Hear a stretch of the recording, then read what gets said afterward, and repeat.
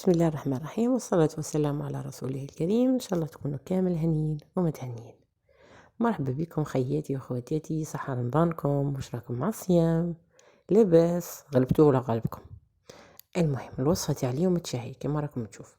عندنا دبولات تاع الكفتة تاع الدجاج مع بطاطا مشوية فيها واحد البنة مع طريف خبز مطلوع. الله الله واش نقولكم، فطور ولا أروع. المهم الوصفة تاع اليوم وصفة اقتصادية وسهلة وبسيطة، وأي وحدة فيكم عندها طريف تاع دجاج تقدر ديرها. ما تنساوناش برك بالاشتراك في القناة وتفعيل الجرس، هكذا بأي فيديو جديد نحطه يوصلك إشعار به. نبداو على بركة الله. عندي كمية بالبصل، أنا عندي هذا البصل الطويل قطعه مربعات، وعندي كمية من البولياشي راني طاحن الصدر تاع الدجاج مع شوية بصل مع مغرفة زبدة صغيرة مع شوية ثوم وشوية قزبر، طحنهم كامل مع بعضها. عندنا مغرفة طماط تاع الباطا ونص حبة طماطم مرابية والحميصة أكيد. نبداو أول حاجة نديرو الزيت تاعنا في لاكوكوط، نديرو هذاك البصل يتقلى، نقليوه مليح، ومن بعد نضيفو عليه ديك الطماطم تاع الحبة مع الطماطم تاع الباطا، ونزيدو ورقة رند وشوية قزبر. انا نبغي نقول تاع القزبر فيه، اللي ما يبغيش يستغنى عليه نورمال، عوضيه بالحاجه اللي كي بغيتها. نديرو هذه كميه تاع الحميصه، ومن بعد نزيدو التوابل. عندنا فلفل الكحل، عندنا كوري تاع الدجاج، عندنا كركم، رشه تاع زنجبيل ما تكثريش باه ما يجيكش مر، وعندي ثوم بودره. اللي ما عندهاش ثوم بودره تعوضه بثوم نورمال اللي مربي، حبه عاديه فريش. نقليوكش مع بعضه، نزيدو كميه من الملح قليله، ما تكثريش الملح لانه ديجا اللحم فيه الملح الداخل.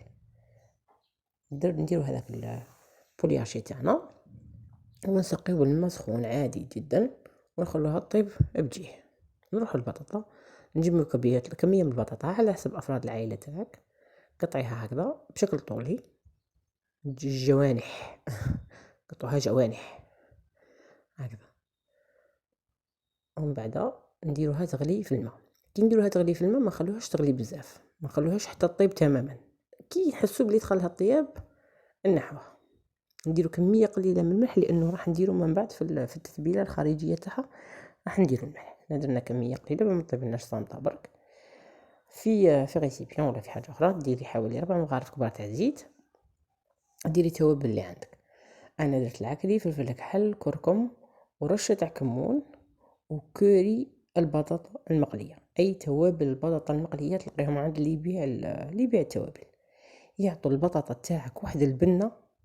جربيها وعلى ضمانتي يجو احسن من المقليه ديجا بزيت دهناهم الزيت وزيت بزياده تجي بنينه وتاكلي منها ما تاكلي ما تحسيش انه جاتك ثقيله. ولا ديري كميه مليحه من هذوك التوابل تاع البطاطا، ونديرو كميه من الملح، ونجيبو البطاطا تاعنا. انا هنا ما خليتهاش تبرد، ما تنسيش ثوم بودره وزعتها بهذا الشكل. البطاطا انا هنا ما خليتهاش تبرد، انت خليها تبرد شويه ولو فتره قليله هكذا باش كي تجي تخلطيها ما تغبنكش. راكم تشوفوا هاني وريتها لكم بلي ماش داخلها طيب بزاف، راها والنسبه تاع 70% طايبه هكذا. باك نحطوها في الكوشه ما تديناش الوقت بزاف وتتشوى ليه. هاي لا نخلوها بجيه، ومن بعد نروح نوجدو بلاطو تاعنا نديرو فيه ورق دقي طاهي، ونفرغوا هذيك البطاطا تاعنا ونمشيوها في البلاطو، ما نخلوهاش حبه فوق حبه هكذا باش تشوى كامل. ونشعلو لها الفرن من التحت، الا عندك فرن يشعل من التحت ومن الفوق شعلي لها من التحت ومن الفوق مع بعضهم هكذا باش تشوى لك من التحت ومن الفوق، ما تديلكش الوقت بزاف. بهذه الطريقه فرزيها على بعضها ما تبقاش متلاصقه في بعضها. وها ولا شكل الطبق النهائي تاعنا فيه واحد البنه، صدقوني والله لا فيه واحد البنه ما تامنيش عقلك. تجربيه وراح تحكمي بنفسك. المهم الوصفه تاعنا تاع اليوم راها جاهزه، ان شاء الله كنت خفيفه ظريفه عليكم. وكي بالعاده والعوايد ما تنساوناش في الاشتراك وتفعيل الجرس، وما تنساوناش في داك الصباع الصغير. شهيتكم في الجنه، بقاو على خير.